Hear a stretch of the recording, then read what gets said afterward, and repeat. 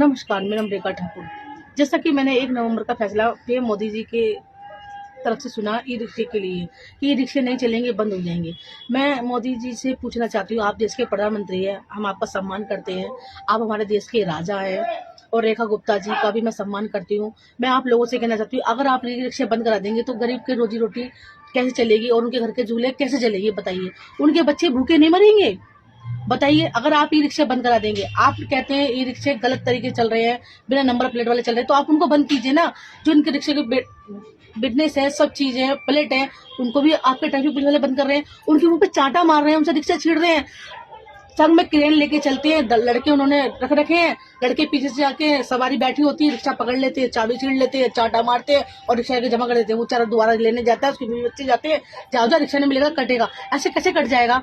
मैं मोदी जी से कहती हूँ, मोदी जी आप अपनी दिल्ली पुलिस को एक ऑर्डर दीजिए ताकि गरीब आदमी को काट दे जाकर। आप उनसे कहिए रिक्शे नहीं कटेंगे, गरीब आदमी कटेंगे। हम सब लाइन में जाके खड़े हो जाते हैं, क्योंकि हम तो वैसे ही भूखे मर जाएंगे, हमारे बच्चे भूखे मर जाएंगे, हमारे घर के चूल्हे नहीं जलेंगे। जब हमारा ई रिक्शा नहीं चलेगा, हमारी रोजी रोटी तो ई रिक्शा ही है। मेरे घर का चूल्हा खुद ई रिक्शे से चलता है, जलता है, मेरे बच्चों का पेट उसी से भरता है। जब मेरे बच्चों का पेट ही नहीं भरेगा तो हमारे जीने से फायदा क्या? आप एक काम कीजिए, आप गरीब आदमी को काटने का ऑर्डर दीजिए, गरीब आदमी कटेगा।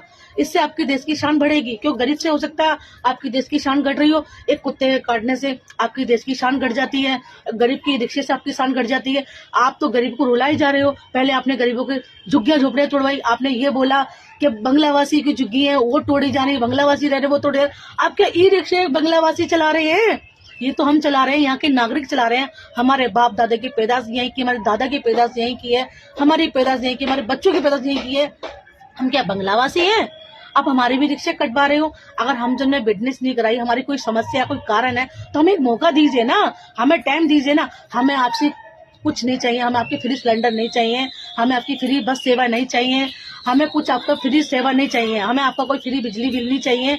हमें बस हमारा इतना कीजिए, हमारी बिजनेस की हमारी मदद की करवाइए, हमारी बिजनेस में हेल्प करवाइए। हम बिजनेस के लिए 25-30 हजार रुपये नहीं खर्च कर सकते, जो हमारा जायज हम चार्ज नहीं दे सकते।